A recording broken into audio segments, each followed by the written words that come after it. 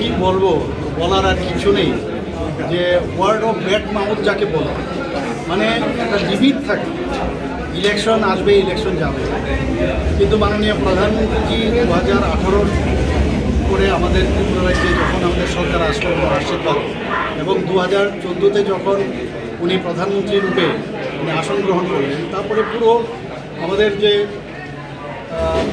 Political যে বাতাবরণ সেটা কমপ্লিটলি কিন্তু চেঞ্জ করে দিয়েছে। সেই জায়গায় আমরা দেখেছি, এর আগেও আমরা দেখতাম যে একটা চাইওয়ালার ছেলে এরকম একটা গরিব ফ্যামিলির থেকে প্রধানমন্ত্রী হয়েছে, সেটা কিন্তু এই যারা বিরোধী দলের কংগ্রেস এবং এই আরজেডি তারা কিন্তু এদের সহ্য হচ্ছিল, হজম হচ্ছিল। তো সেই জায়গায় আগেও বারবার নানা রকম কথা বলতো, কিন্তু এইবার ওনার মাকে নিয়ে, ওনার স্বর্গবাসী মাকে নিয়ে যে কথায় যেভাবে কথা বলল, সেটা আমার মনে হয় শুধু মানে বিহারের মানুষ না, সারা ভারতবর্ষের মানুষ কেউ এটাকে কোনো অবস্থায় সহ্য করবে।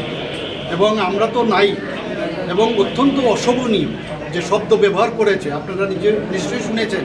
এটা কোনো কালচার হলো? এবং বিহারে আমি নিজেও ছিলাম, বিহারে আমি দেখেছি ওখানকার একটা সংস্কৃতি আছে, এবং বিহারে তো কোনো অবস্থায় সেটাকে মানবে না। এটা কী ধরনের কথা?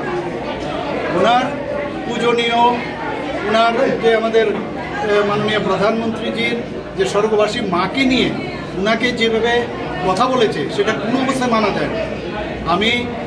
এর জন্য আমি বলবো, এর জন্য দায়ী এর কংগ্রেসের যিনি নেতা আমাদের রাহুল গান্ধী এবং আরজেডির যে নেতা, এবং ওনারা দুজনের যেভাবে উস্কাত তাদের কার্যকর্তাদের, আমি যেভাবে চলবো সেভাবেই কার্যকর্তারাও কিন্তু সেভাবে চলবে।